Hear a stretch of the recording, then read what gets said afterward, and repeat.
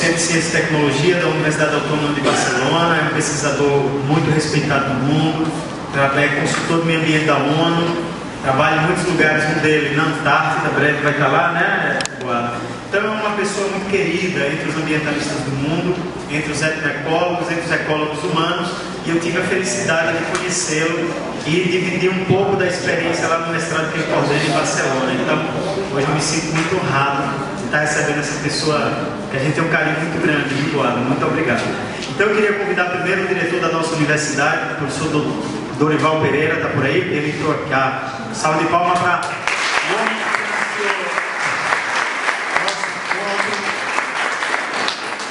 que é o irmão da minha terra e o nosso gerente de pesquisa e pós-graduação, professor Dr. Fernando, para compor a nossa mesa. Uma honra tê-lo aqui também. Gostaria de convidar uma guerreira que está aí correndo. Você acha que ela saiu? A Eliane acho que já saiu, né? Saiu. Mas vamos dar uma salva de palmas porque a Eliane nosso mestrado aqui com muita fibra, né? Acho que é uma pessoa que deve muito pelo esforço. E a outra guerreira, que mesmo com o pé machucado, já esteve aqui vários momentos e hoje está aqui nos prestigiando, mesmo um pouco acometida. Você vai precisar fazer mais um esforço na vida, vai ficar daí ou vir para cá? Então vai ficar aí? Então eu queria pedir uma salva de palmas para essa mulher, que é uma mulher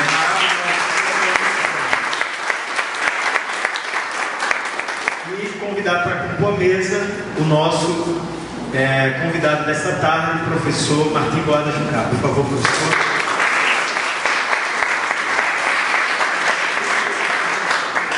Hoje também vai compor a mesa uma pessoa muito querida nossa, que é quem está responsável pela documentação. Ela e Clara, que são responsáveis pela síntese audiovisual desse encontro, vai estar disponível para todo mundo. Agradecer publicamente Clarinha, que está aí, uma salva de palmas para ela.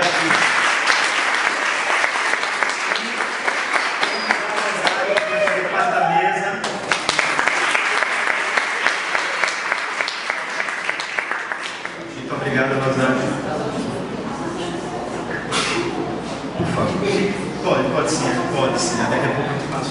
Então, passar a palavra para o nosso diretor, depois para o professor Fernando. A faceta do sertão tem que ser um parto pensado, um parto com seus significados e significantes. Não pode ser uma cesariana apressada, uma vez que a saúde está ainda com um processo muito de mercadoria, muitos partos cesarianos. É um estímulo, porque tem que ser tudo muito rápido. Quanto mais rápido, melhor. Não há um tempo biológico, não há um tempo de espera, porque há um processo educativo de ter um parto rápido, porque tem que chegar à próxima, porque o sistema de saúde geralmente não dá para atender as demandas, esquecendo dos processos milenares. A UNEB, ela conta hoje com cerca de 12 programas de pós-graduação em estrito sensu, considerando aí os mestrados e doutorados. Estamos no momento aguardando a resposta da CAPES para a aprovação, esperamos a aprovação de mais um mestrado em educação que deverá funcionar em Caetité. E esse ano enviamos mais 4 propostas novas, 2 mestrados profissionalizantes e 2 acadêmicos, que irão ampliar de uma maneira significativa o número de programas que temos, mas ao mesmo tempo também aumentar os nossos desafios, as nossas demandas, mas a gente está com muita vontade de fazer diferente, de fazer uma gestão onde a gente está ouvindo todo mundo.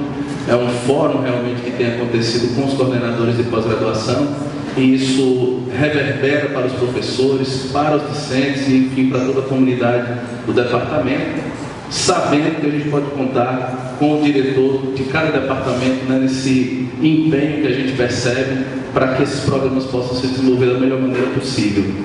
É importante lembrar que nós trabalhamos para realizar algo que não é fácil, né?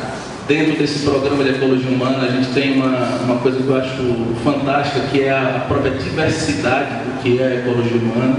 Eu venho da biologia também, a minha formação em graduação é biologia, mas eu fiz o mestrado e doutorado em patologia humana e acabei enveredando pela farmacologia, que é a minha área de trabalho. Então migrei entre biológicas e saúde E eu acho que essas duas áreas estão completamente dentro desse interesse da ecologia humana, juntamente com as humanidades, que é o que a gente percebe num encontro como esse. Então, saudar mais uma vez a todos, né, agradecer a presença de todos e que a gente tenha uma boa conferência. Enfim, saudar o professor Boada também, né, pela disponibilidade, né, pela presença realmente à distância e vir participar desse evento. Agradecer a Juraci e, como ele mesmo colocou, a Irmandade é de longas datas, né? Nós somos da mesma cidade.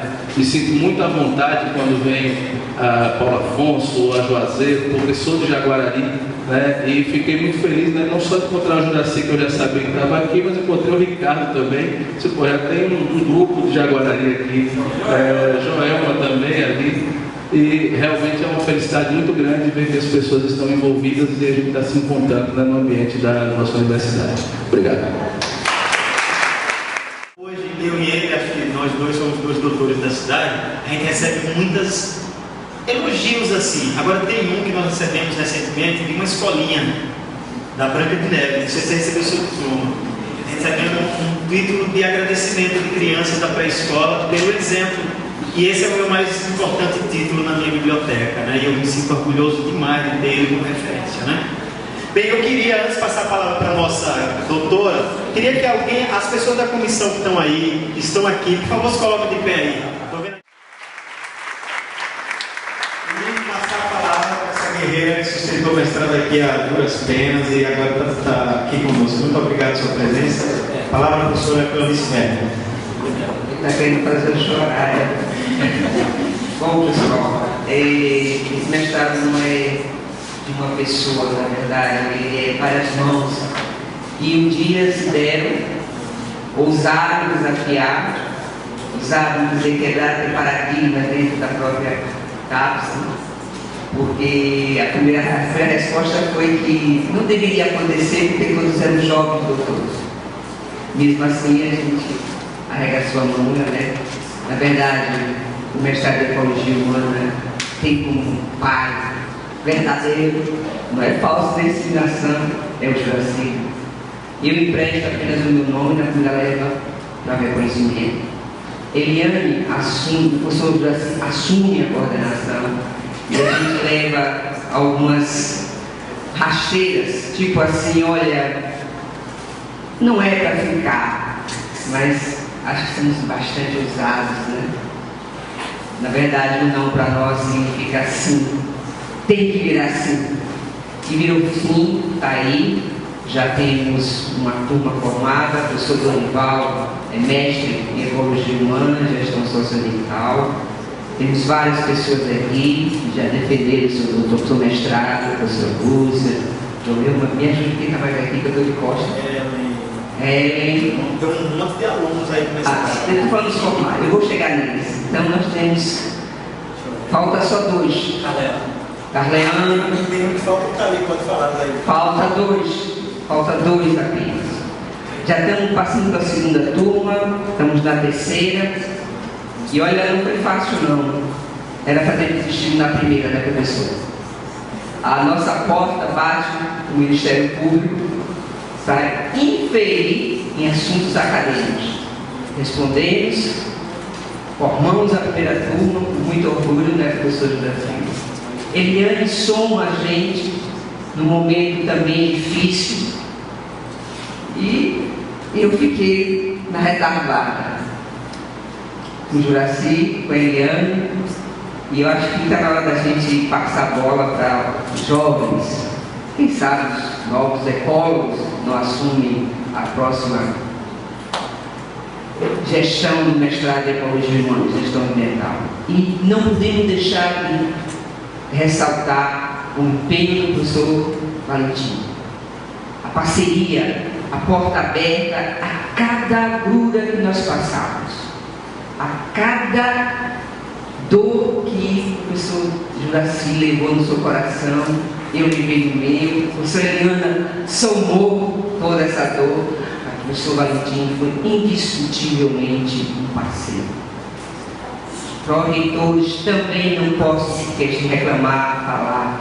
Eu sei que é muito difícil gestar na universidade estadual, Federais já são complicados, imagina uma universidade estadual, multicampia, ousar quebrar paradigma de levar para o interior a educação, que serve, inclusive, de espelho para que as universidades federais também passem a levar as suas universidades ao interior.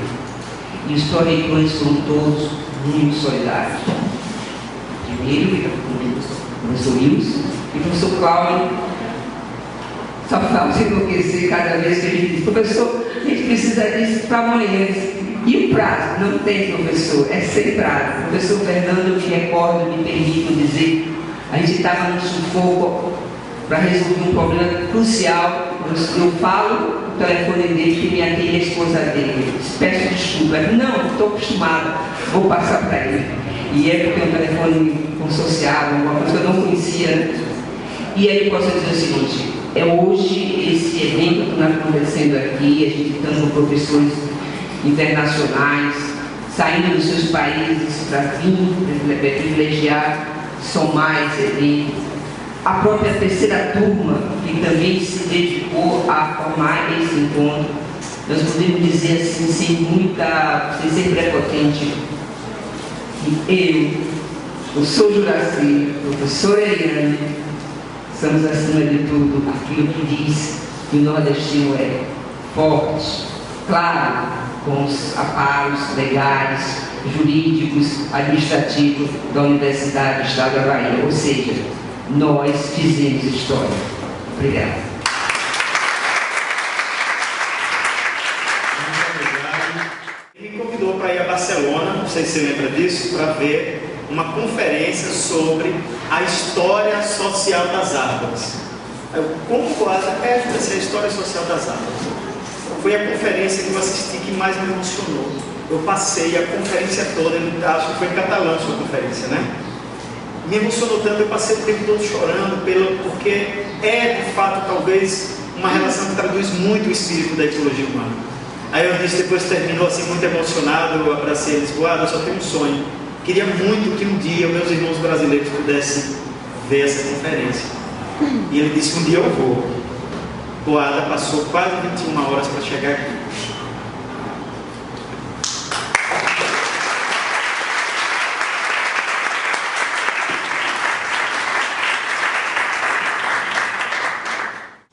Voy a comenzar con una disculpa. No domino el portugués, no voy a hacer la conferencia en portugués, es una limitación. Aunque tenemos un origen común que es el latín, y yo habitualmente hablo muy lento, voy a hablar más lento, voy a hablar más lento. Yo os pido que no desconectéis. Yo creo que con las imágenes y un poco de paciencia voy a poder comunicar. Os pido un poco de paciencia, incluso es poco académico, pero tengo... Primero saludar a las autoridades académicas, institucionales, a mis colegas, profesores y profesoras, a los estudiantes, a los ciudadanos y a las ciudadanas. Gracias por asistir a esta modesta comunicación. Quizá lo que me liga más con Brasil, aparte del enorme interés social, cultural y en biodiversidad, es porque compartí con este mito, con este mártir que fue Chico Mendes. Tuve el honor en 97, perdón, él ya había muerto. Los más jóvenes quizá no lo conozcáis, supongo que sí. Es un referente mundial. Murió, fue el primer luchador del Seringueiro que murió por la causa ambiental y fue asesinado. Y Naciones Unidas le dio el premio mundial de medio ambiente, que es el equivalente al premio Nobel. Él ya estaba muerto y no pudo venir ni su mujer, vino a representar. Y lo recibí de manos de Nelson Mandela. Atención, Nelson Mandela, otra personalidad mundial, de estas que la humanidad genera a cuentagotas, laxamente. Fue quien acabó con una de las mayores injusticias, acabó con el apartheid. Y tuvimos la suerte que nos seleccionaron a Chico Mendes y a 9 personas más del planeta, entre ellas estaba yo. Y nos escogieron como premio mundial por la modestia. Es decir, este premio se concede a los luchadores solitarios, no a los exhibicionistas, no a los artistas, no a los grandes deportistas, no a los grandes personajes de la televisión, a los trabajadores, los silent partners, los trabajadores silenciosos. Y esto fue para mí muy importante. Primero, compartir con Chico Mendes esta personalidad, esta gran personalidad y este referente mundial para la lucha ambiental, y luego la oportunidad de conocer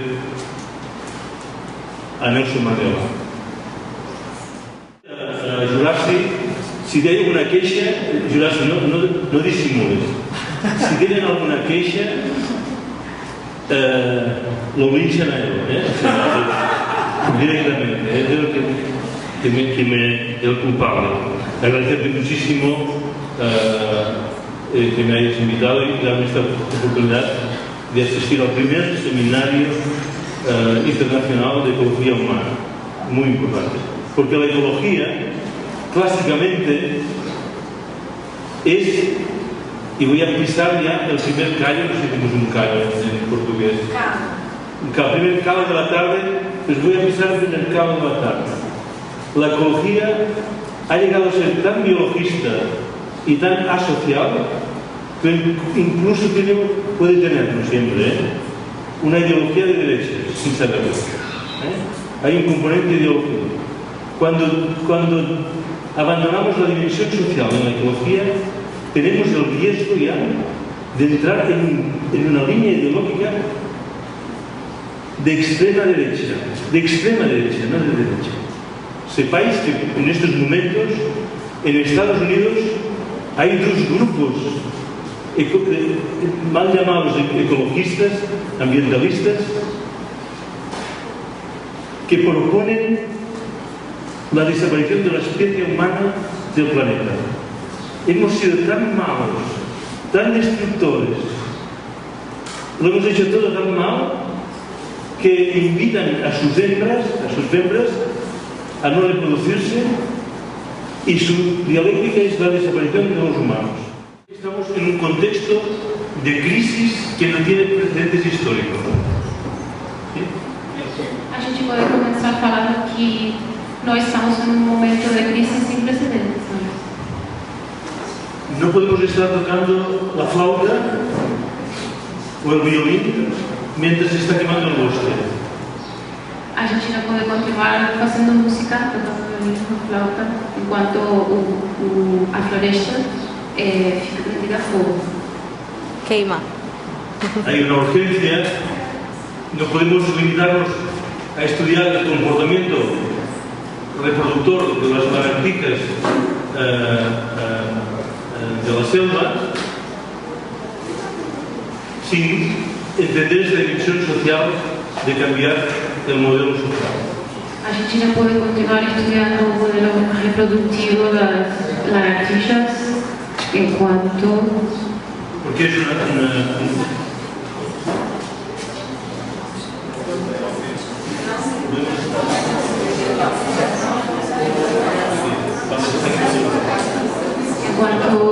enquanto o bosque continua prendido fuego. Aclara que es una metáfora. Una cultura que está en riesgo, sino son todas las culturas del planeta.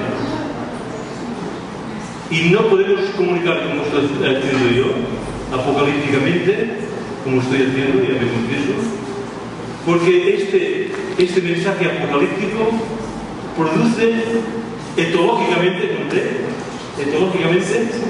una desconexión. No podemos tener mensajes apocalípticos en las aulas y mucho menos en la educación ambiental. No podemos asustar a los niños y a niñas diciéndoles que si no reciclan no vendrá el hombre del saco, sino que no tendrán futuro, no tendrán planeta. No podemos decir esto. Es un crimen psicopedagógicamente. A un niño o una niña no le podemos decir que si no es bondadoso vamos a destrozar el planeta. No podemos asustar. Esto es lo que Paul Ehrlich, uno de los grandes sabios mundiales, Ehrlich, le llama el efecto fogonazo. ¿Sí? Asustar, no podemos asustar. Hay que capacitar, pero no asustar.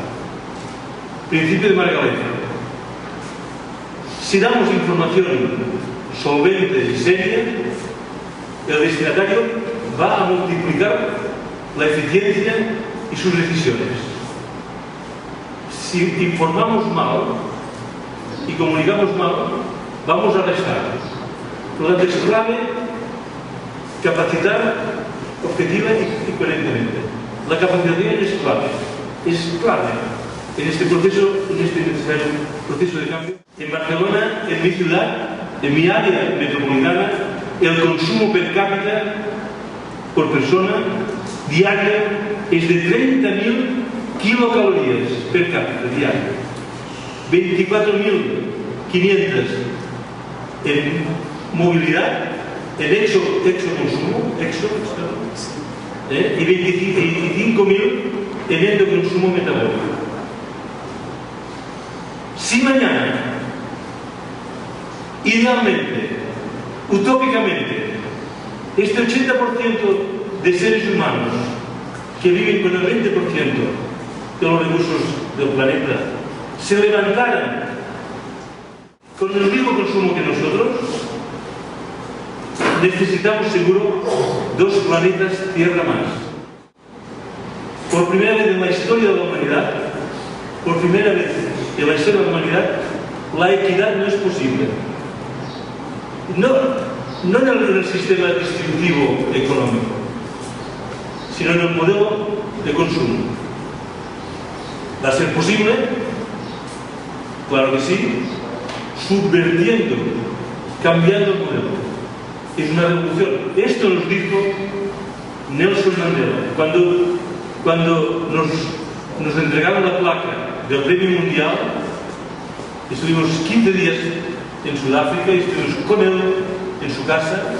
Cuando Nelson Mandela nos dijo adiós, nos dijo: no olvidéis nunca que la gran lucha, la gran causa de lucha de la humanidad de futuro es la lucha ambiental. La gran causa de la lucha de futuro es cambiar el orden, el modelo de relación. Esto es totalmente revolucionario. Es revolucionario no violento, no cruento, pero es subvertir los hábitos de comida, los hábitos energéticos, los hábitos de relación. Estamos ante la necesidad de una auténtica revolución, No tiene precedentes históricos. Y es civilizatoria, no de nacionalización, porque no afecta, como he dicho antes, a una tribu o a los brokers de Wall Street. Afecta a todas las culturas planetarias, todas, en intensidades distintas. Por esto no es una civilización. Civilizaciones han nacido, desarrollado y desaparecido miles, algunas ni las conocemos. Nuestra civilización, la postindustrial, que nos da arrogancia, que nos parece que estamos a punto de tocar el cielo con los dientes. Tocar el cielo con los dientes. Esta arrogancia post-tecnológica, que parece que nunca la especie humana ya llega tan lejos, que nos da una idea casi religiosa de que la tecnología lo puede resolver todo. Es una nueva religión, pero nunca había habido una situación como la actual. Primera dificultad, hay una torre de Babel no lingüística, que esto es bueno. Una torre de Babel conceptual. En estos momentos el concepto de desarrollo sustentable o sostenible tiene 120 definiciones. Torre de Babel. Un principio que era tan hermoso, que era un poco hegeliano. Un poco Hegel, pero Hegel ya lo había advertido esto. No hablaba de desarrollo sustentable, pero hablaba que cuando la sociedad entra en crisis, el primer problema que tiene, una crisis social importante, es la diáspora, la torre de Babel de conceptos. Es la primera gran dificultad. Por esto una pequeña esperanza, es Frehoff Capra. Capra, él habla de la necesidad de establecer un consenso semántico, de alfabetizarnos ambientalmente. Que cuando digamos desarrollo sustentable, digamos todos lo mismo. Cuando digamos medio ambiente, no sé en portugués, es medio ambiente, ¿sí? Empezamos mal, porque medio y ambiente son sinónimos. Es como decir Sao Paulo, Sao Paulo. Es lo mismo, medio y ambiente. Son sinónimos. El individuo y el ambiente, el individuo y el medio. Cuando viene el ministro que dice, soy el ministro del medio ambiente, o la ministra, dices, ya empezamos mal. Pues si te has equivocado en lo gramatical, madre de Dios, madre de Dios. Si nos empezamos equivocando ya no en lo semántico, sino en lo gramatical, imaginaros cuando debemos plantear estrategias de cambio social profundo. Ya podemos atarnos los cordones de los zapatos bien fuerte.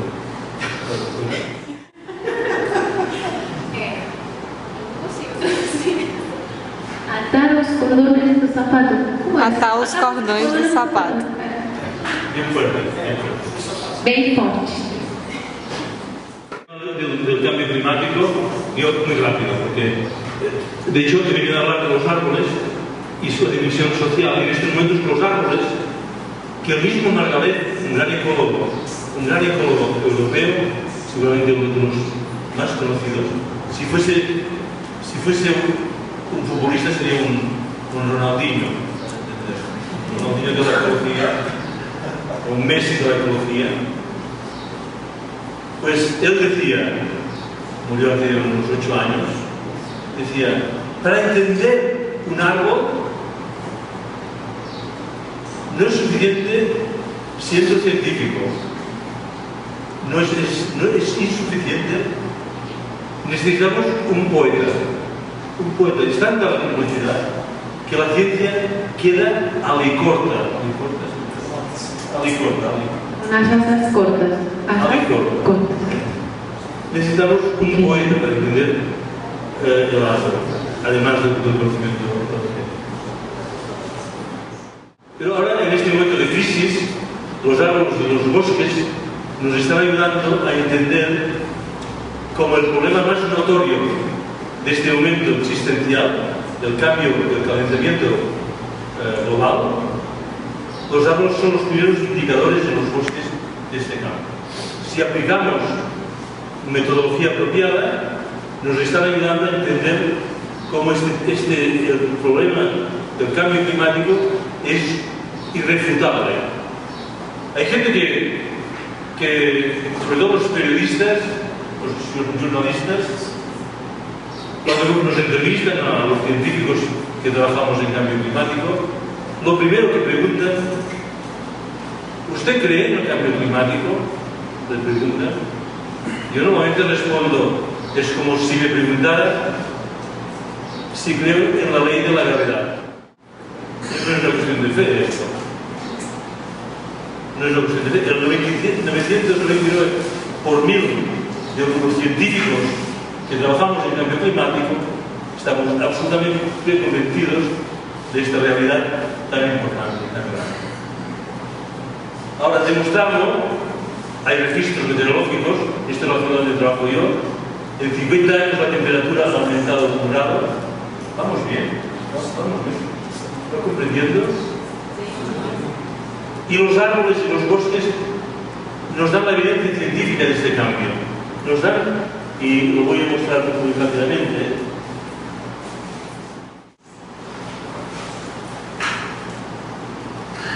Bueno, aquí, sobre todo, muy rápidamente. La misma foto con 30 años de diferencia en Europa, vemos como el bosque ha aumentado, a diferencia de Latinoamérica. El cambio energético, la gente en Europa gastaba carbón y leña y hace del año 60 gasta hidrocarburos asiáticos, ¿no? Y aquí vemos como el bosque, las mismas imágenes, 1920, 1943 y 2003, el bosque va subiendo de cota de nivel. Los árboles silvestres han avanzado en 50 años, 20 días su floración. Y las plantas fructifican 10 días antes, de promedio, de promedio. A partir de estos modelos hemos ido aplicando y publicando en revistas obligadamente de impacto. Aquí vemos cómo sube, sobre todo en montañas, lo que llamamos paisajes señal, paisajes centinela. ¿Sí? ¿Centinela? Paisajes centinela normalmente son montañas que tienen una gran sensibilidad al cambio. Aquí hemos visto esta montaña donde nosotros experimentamos cómo por primera vez el sur está derrotando al norte. Pero no se hagan ilusiones, no el sur en el sentido social, sino en el sentido estrictamente biogeográfico.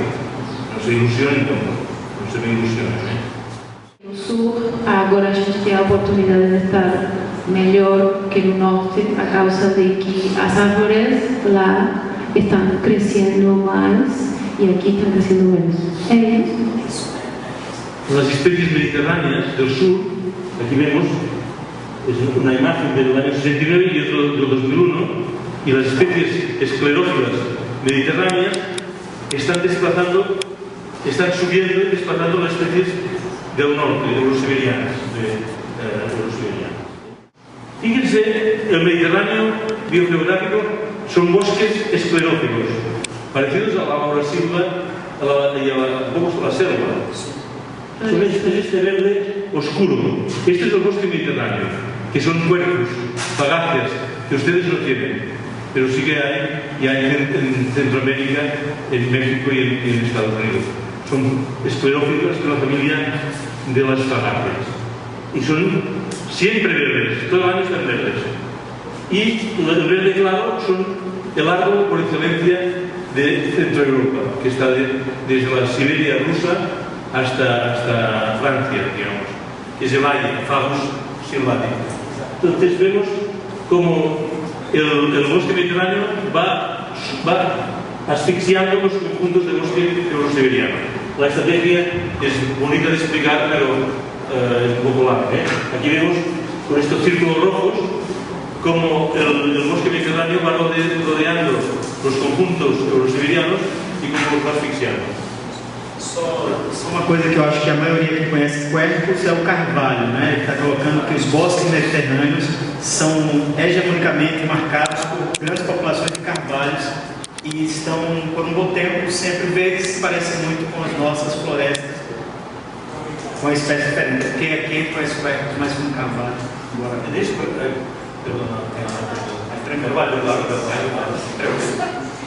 Bueno, normalmente, ayúdame, meto la pata 2 veces al día y hoy no me había estrenado. Antes hablaba con Jurassic. En toda Europa tenemos 150 árboles silvestres, salvajes. ¿Saben cuántos quieren en Brasil? ¿Cuántos? Millones. Bueno, perdón. Especies, Miles, 2000. Nosotros 140 desde los rurales de Rusia hasta Portugal, hasta el sur de Portugal. 140 árboles. Y en Brasil tienen 5.000. No podemos sacar pecho, no podemos. Es que nos ahogan, es desproporcionado. Lo suyo es desproporcionado, es demasiado. Só uma proporção para aqui a gente da Caatinga, cada hectare de Caatinga estima-se que uma média de entre 500 a 1.000 espécies. Boada ele fez o levantamento das árvores da Europa e o dado que se estabelece é esse, uma média de 140 espécies. Aí o centro, quando ele vem para o Brasil, eu quero levar ele na Amazônia para ele fazer um comparativo. Então, para de jurar assim. 140 por hectare ou 140 total?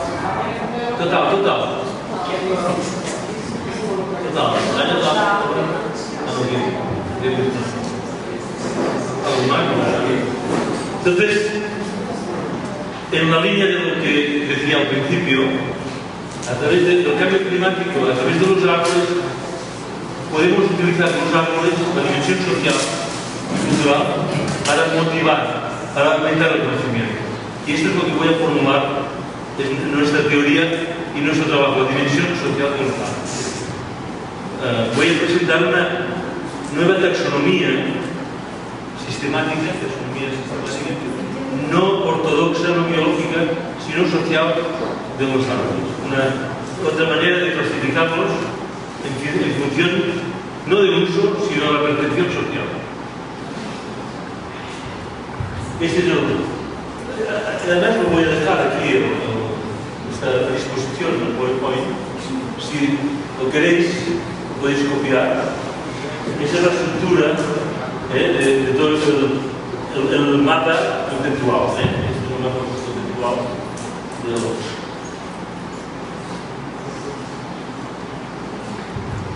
No digo nada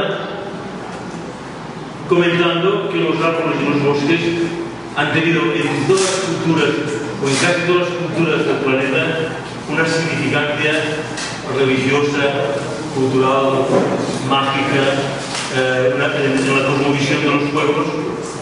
Tienen siempre un componente siempre muy notorio, con las variables de cada cultura y de cada civilización. Pero eso no ocurre con otros seres vivos con tanta intensidad. Tiene tampoco, voy un poco rápido, digamos, pero hay razones que explican esta percepción. Esto lo es muy rápido. No. Ya en Europa, primera vez que políticamente se pide que cada ciudadano plante 3 árboles antes de que acabe el año, como acción de gracias, es en 1746. Cada ciudadano adulto en toda España, es un decreto, en un año tiene que plantar 3 árboles, como acción de gracias para restituir el daño hecho a los bosques en todo el proceso de construcción de barcos para la colonización y para el dominio del Mediterráneo. Ele fala que a primeira vez que o governo tomou uma ação para poder, com respeito aos árvores, foi em 1746, que foi uma ordem, para falar, de que cada adulto tinha que plantar 3 árvores ao longo do ano para poder, como em agradecimento, com gratidão, a causa de o dano que se tinha feito na comunidade para a construção dos barcos para a colonização. Y en Estados Unidos, después de la colonización blanca, que el país quedó muy transformado, desaparecieron grandes masas forestales, cantidades de culturas indígenas. El gobernador de Nebraska, Norton, como formación religiosa de Gracias formuló el Árbol Day, el Tree Day. La fiesta del árbol, cada americano tenía que plantar como redención del pecado, tenía que plantar un árbol. ¿Sabes qué? Claro, esto... El árbol, vamos a ver esta formulación, claro, no es muy extrapolable linealmente a Brasil, porque ustedes, claro, que se tienen tantos árboles, es que yo creo que ya me retiro de la media conferencia. Claro, es que trabajamos sobre todo, veréis, el árbol llega a ser una expresión no de ecología estricta, sino de socioecología. Veréis que los árboles persisten y perduran porque hay una razón social o cultural. Ahora veréis. ¿Sí? Esto sería la nueva taxonomía en árboles. Esto lo hemos experimentado en Europa, hemos hecho algo en México y claro, en Brasil requeriría un planteamiento un poco distinto. Pero los árboles con esta... O sea, yo creo que en Brasil no lo conozco, pero en Europa aparecen árboles de mucha envergadura, muy grandes, y hay una causa social de su persistencia. Es un límite del municipio. Entonces estos viven muchos más años porque tienen un referente toponímico y es un punto de referencia en un medio no humano. Entonces es un referente muy importante para que la gente se localice, se encuentre, para marcar los límites de propiedad. ¿Queda claro? Simbólico. Este es el cupressus. En todo el Mediterráneo y en muchos sitios de Europa, una casa con un ciprés quiere decir que el transeúnte o el peregrino o el romero que va a Roma o que hace el camino de Santiago, si la casa tiene un ciprés, tiene pan y trago. Puede entrar el peregrino y tendrá pan y trago. Si tiene dos cipreses, tiene plato caliente en la mesa. Y si tiene tres, puede pasar la noche.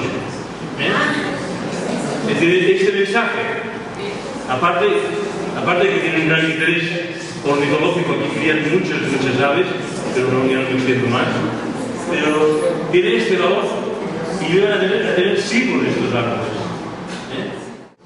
4 millones de visitantes año. $20 per cápita. Hagan números. 4 millones. Yo no sé cuántos turistas tiene Brasil al año. Yo creo que no llega. ¿Cuántos? 3 millones. No llega. Tiene más visitantes, tiene la Selma. 4 millones a $20 y luego merchandising, hoteles. Es un elemento de dinamización económica muy notoria. Que muchas usinas, muchísimo más.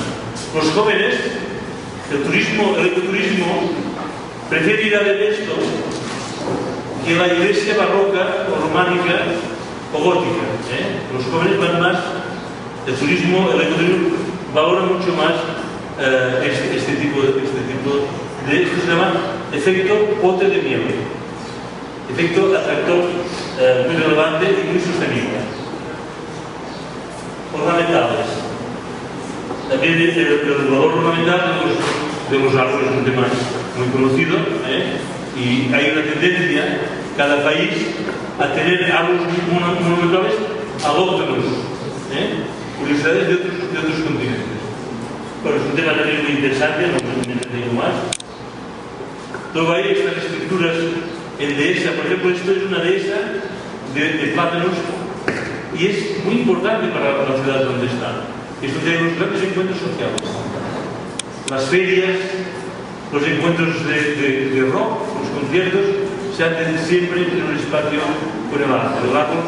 El árbol que es el árbol templo y el árbol acogedor, es correcto, ¿no?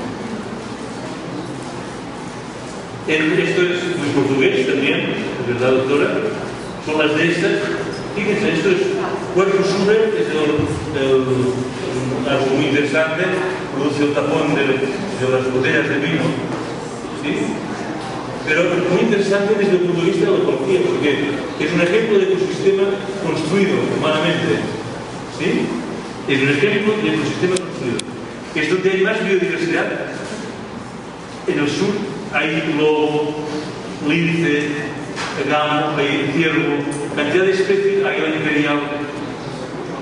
Un ejemplo de cómo la biodiversidad también puede ir asociada a un socio-ecosistema, no al wilderness, siempre. No sé si. É só uma observação, eu sei que vocês entenderam, mas só para ratificar, esse Quercus é o que movimenta a economia das rolhas de vinho.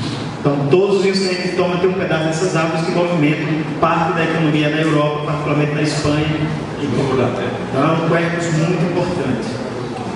Este es un árbol también como arte, es decir, hay gente que hace la topicaría, que es un arte de ir trabajando el árbol, es un arte vivo. Este es el tribasque, realmente llega a ser muy bonito y también tiene un efecto, es decir, el efecto atractor es muy importante en pedagogía, atrae, y cuando tienes el atraído delante, lo puedes informar y motivar. Atracción, información y motivación. No quedamos en lo superficial. Este es religioso. Quercus ilex, rotundifolia. Aquí la gente se casa.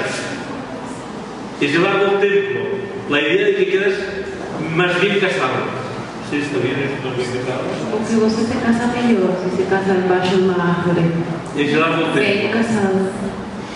Perdón. Es el árbol templo. Algo muito. Árvore templo. La gente se casa en muchos espacios rurales, se casa debajo de un árbol milenario, tiene miles de años. Este es el árbol, está en México, es el árbol más grande en perímetro. El árbol de Otule, en Oaxaca. Turismo de todo el mundo. Peregrinaje. Van a ver el árbol de Otule en Oaxaca. Esto genera, también es un caso de plusvalía acumulada. ¿Quién iba a decir, por un hecho religioso, que está al lado de una iglesia, tiene unos 2000 años? ¿Quién iba a decir que está animando la economía de una parte de unas 30 comunidades de Oaxaca? Importantísimo. Gente de todo el mundo. Es un árbol, es el más grande del mundo. En copa, ¿sí?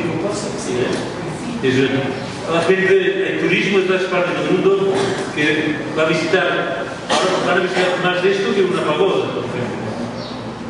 El nuevo discurso verde, un nuevo discurso ambiental puede tener un papel muy importante.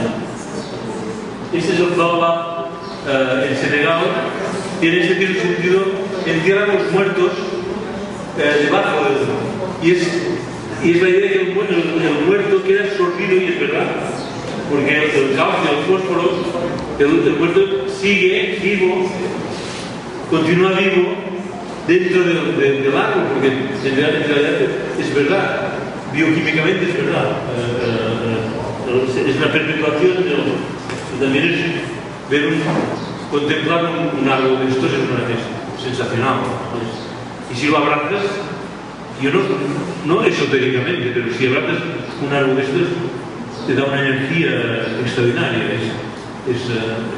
Incluso hoy es el árbol como se funde contigo.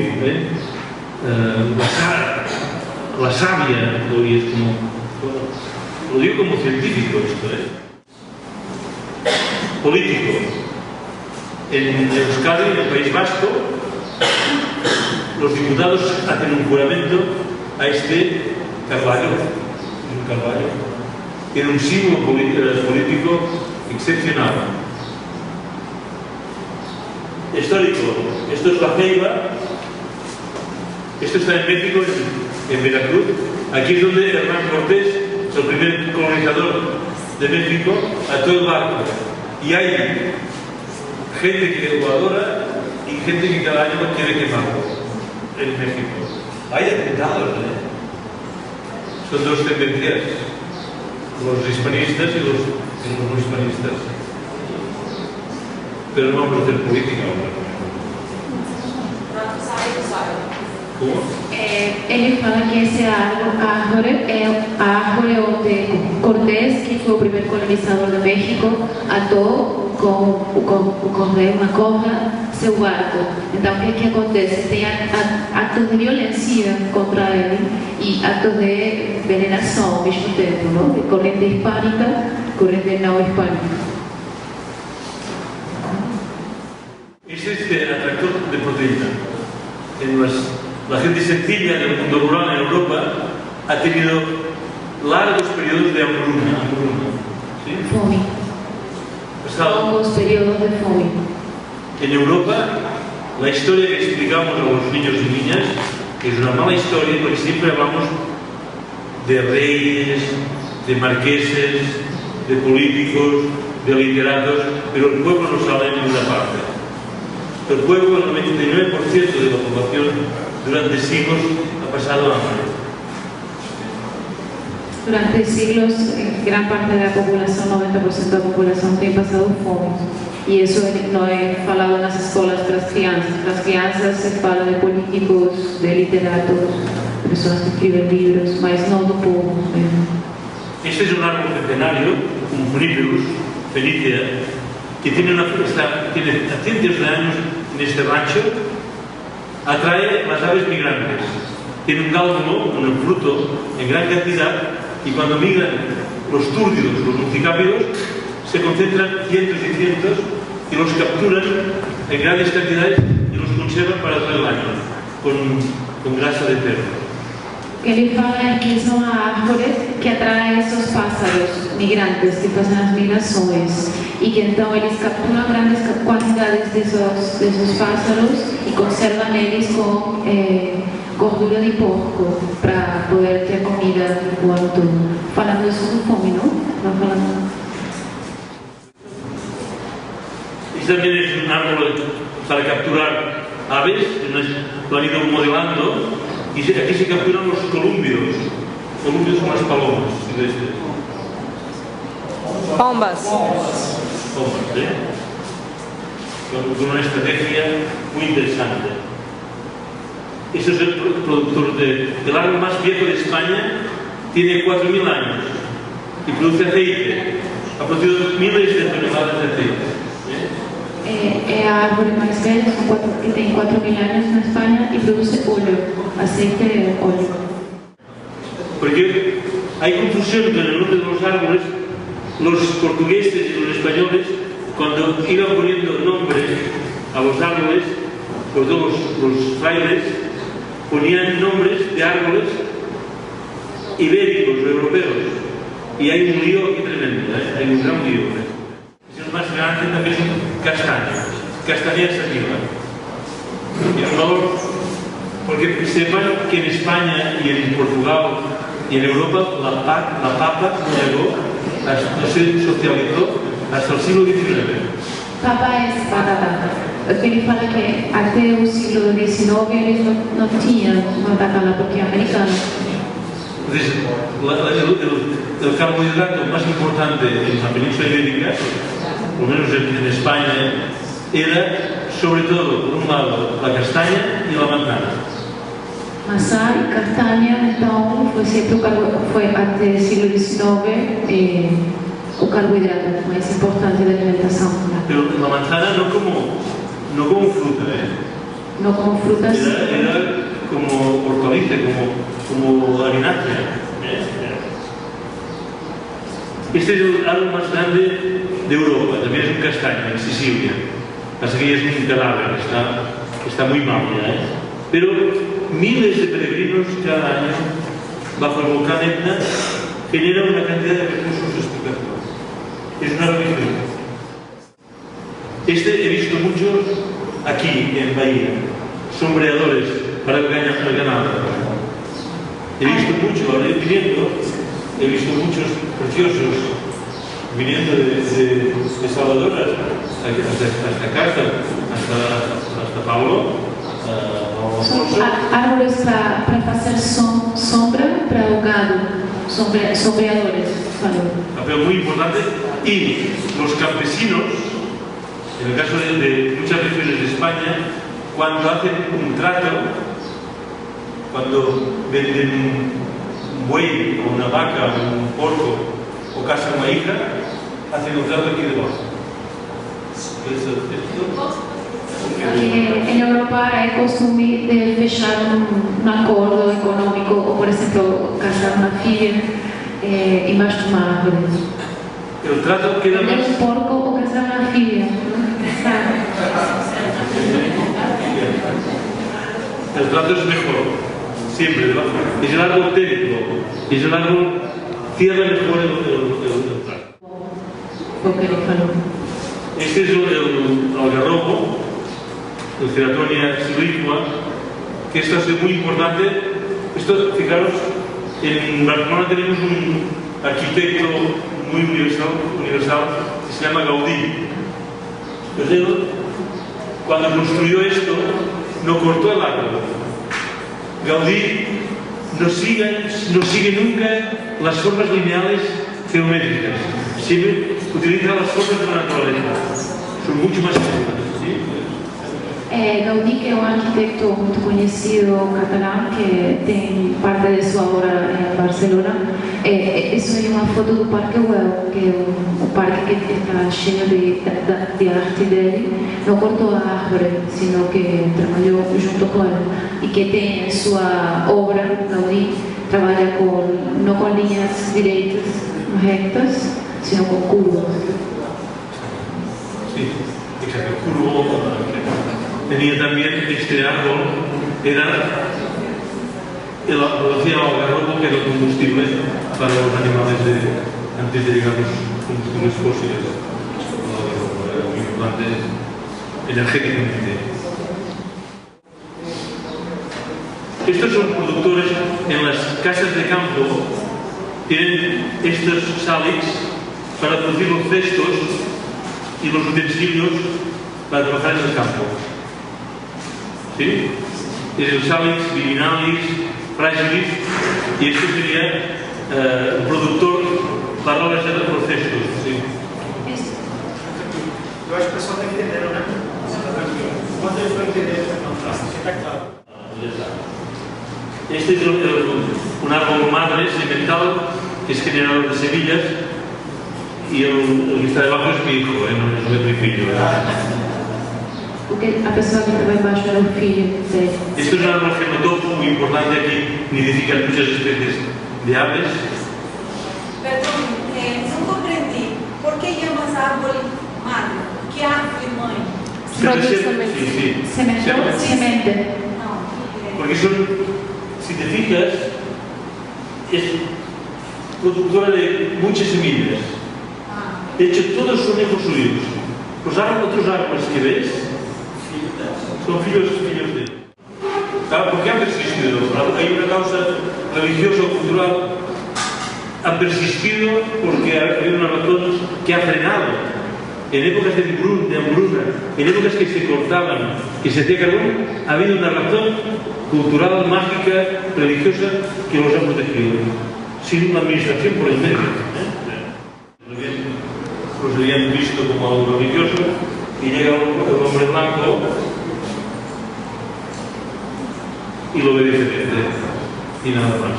Muchas gracias.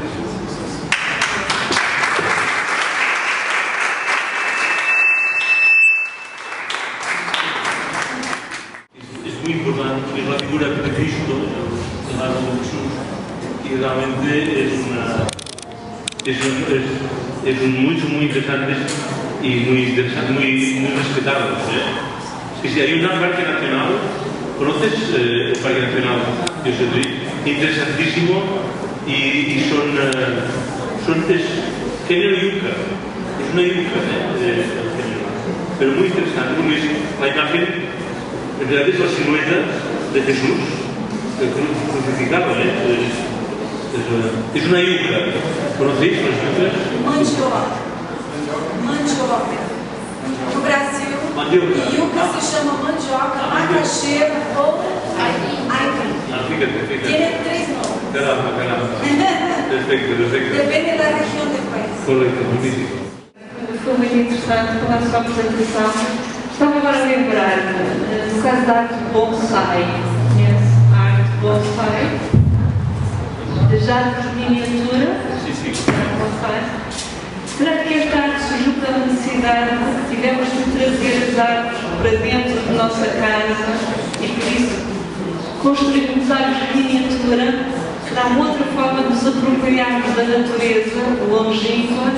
Foi, no fundo, desenvolver uma arte que miniaturizou as árvores, a ponto de as podemos ter dentro de nossa casa, ou não?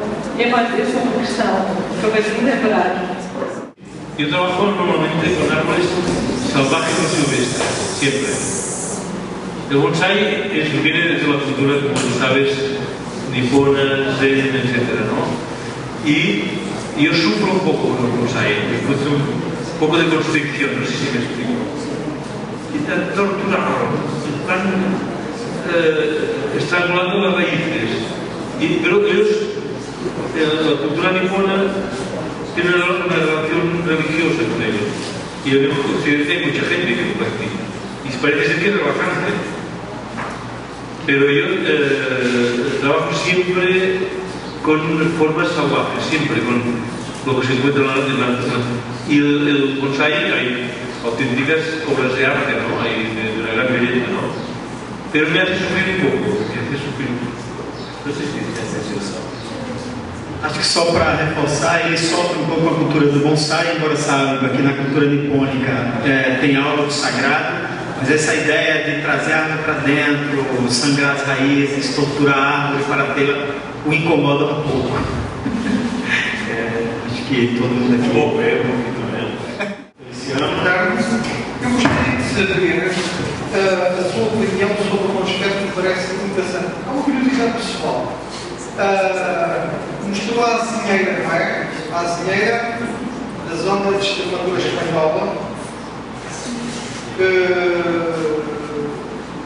dá bolota, que alimenta o porco, o cedro, que tem um valor acrescentado que é a pata negra. Verdade? O deserto do Saara está a subir para a Europa, ou é a experiência do sul da Europa que vai para o deserto do Saara? Ou seja, por exemplo, os olivais de Raen, do Algarve, das azinheiras da Andaluzia, da Extremadura, do Alentejo, é uma zona de transição praticamente depois para entrar na outra parte. Ou seja, das 140 árvores haverá ali 20, as outras são 120. Mas verifica-se que há uma grande desertificação. Qual é a sua perspectiva sobre isso? Hay en el sur abundan más, hay más tradición en el sur de Europa, hay más tradición, pero en el centro y norte de Europa depende de la cultura también, pero con otros árboles más nórdicos. Y en España, por ejemplo, al ser una expresión cultural, en España, por ejemplo, en una región que se llama Cantabria hay muchos, y la del lado, que es Asturias, no hay ninguno. Es la cultura, el hecho cultural. Y en el Mediterráneo tiende a haber más árboles singulares o conservados por razones culturales. No sé si he respondido bien. O que ele falou foi que o que está acontecendo é que o sul está subindo. A desertificação no sul da Península Ibérica está se desplazando para o norte, ou seja, que a caatinga de lá, que é o semiárido de lá, que ele identifica como uma estepa, se está desplazando, não de forma linear. ou seja, que o Mediterrâneo está subindo hacia o Atlântico, o Oceaniano está subindo hacia o Mediterrâneo. Quando o senhor fez essa classificação, respeitando um determinado segmento, quando o senhor cita aquela de 5.000 anos antes do presente, o que a comunidade de arqueólogos na Europa se reporta a estabelecer esse link de comparação relativa, de datação? 5.000 anos. A Europa já estava bastante ocupada, já estava bastante avançada. Mas que relação eles fazem com isso? Os 5.000 anos estão na Hebraica, não estão na Europa, mas eu falei para ele igual, não sei falar. Está en California, Sierra Nevada, pero no de España, porque hay una Sierra Nevada en España, pero Sierra Nevada en California. Y los que trabajan son los dendrocronólogos, ¿sí? Los que hacen los estudios de dendrocronología, sacan mucha información del proceso climático en 5.000 años. Incluso hay una, después hay un mal de tiempo, porque hay una historia muy bonita de eso. No sé si que os especialistas no tempo, os cronólogos, podem utilizar essa árvore de 5.000 anos para poder fazer um estudo sobre a mudança climática.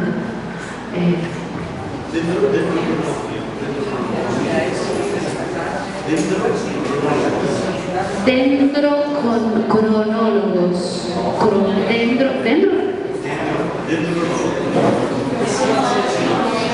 Porque dendro é árvore, é o nome científico da árvore. Pero se dice que el peor naturalista del mundo es el que estudió esta población de Pinus longevos. Si puedes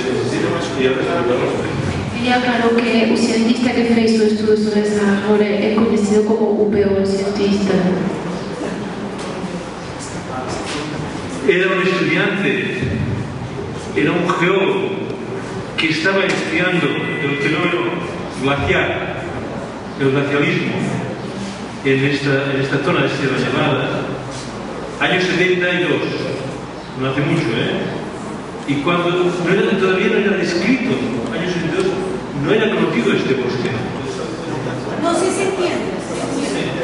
No era conocido, no sé, este señor estaba haciendo una tesis de geología de procesos erosivos vinculados con la glaciación, con el BIUR, con la última glaciación. Cuando vio este bosque, porque es un bosque, quedó maravillado y cambió, era geólogo, y cambió de director de tesis y empezó a estudiar estos árboles.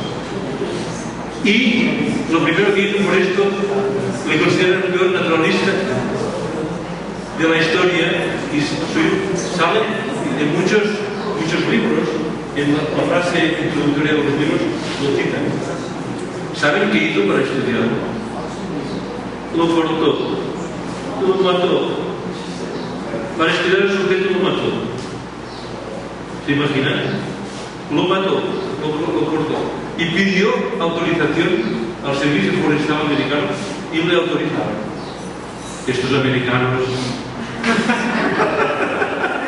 Quería saber si tú sabías que la palabra árbol en portugués es femenino, el género, sí, es uma árvore, no es un árbol.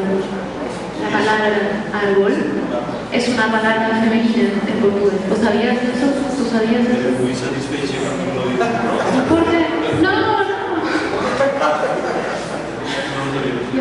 Ok, eu preguntei para ele se ele tinha conhecimento que a palavra árvore em português é feminina e que a palavra árvore em espanhol é masculina. Porque para mí, como hispanoparlante, cuando conocí la lengua portuguesa, fue un hallazgo muy fuerte ese, como que sentí que que había una relación que no puedo reponer específicamente, ¿no? Pero que había una relación en cuanto a la concepción de madre que está implícita en eso. Solo quería compartir eso. Está bien. Estamos encerrando o seminário. Eu queria, para encerrar, uma fala do Cícero Pancararé. Eu estava entrevistando uma senhora que, Tumbalalá, Cícero Tumbalalá, aquela senhora que passou no vídeo, que era mãe de Maria Tumbalalá, que faleceu recentemente. A gente estava entrevistando ela e ela falou que tinha que respeitar as missões e tal. Nisso chega o filho dela e diz que, mãe, isso foi história da colonização. E ele usou uma frase que para mim teve efeito de conversão. Ele disse: a Bíblia não é o livro sagrado de Deus. A Bíblia é uma letra do livro sagrado de Deus. O livro sagrado de Deus é a natureza. Isso teve um efeito para mim muito forte. E esses dias nós escutamos coisas do tipo: ecologia é a pergunta que você faz à natureza e o que volta é o eco. Isso é o eco da ecologia do Afonso Pancararé. Então acho que durante esses tempos, esses dias que nós pudemos passar juntos, nós tivemos a felicidade de encontrar pessoas pensando, né, refletindo o que é a ecologia humana, e me parece que essas falas desses índios, né, que passaram por aqui, eles tocam a estrutura, né, dessa elaboração científica sobre o que a gente supõe ser a ecologia. Se eu tivesse que fazer uma síntese, eu ia botar no Facebook, eu diria: eu estou verde de tanta ecologia. Mas como aprendi com o Feliciano que o verde, no mínimo, também exclui a cor dos desertos, a cor do Ártico.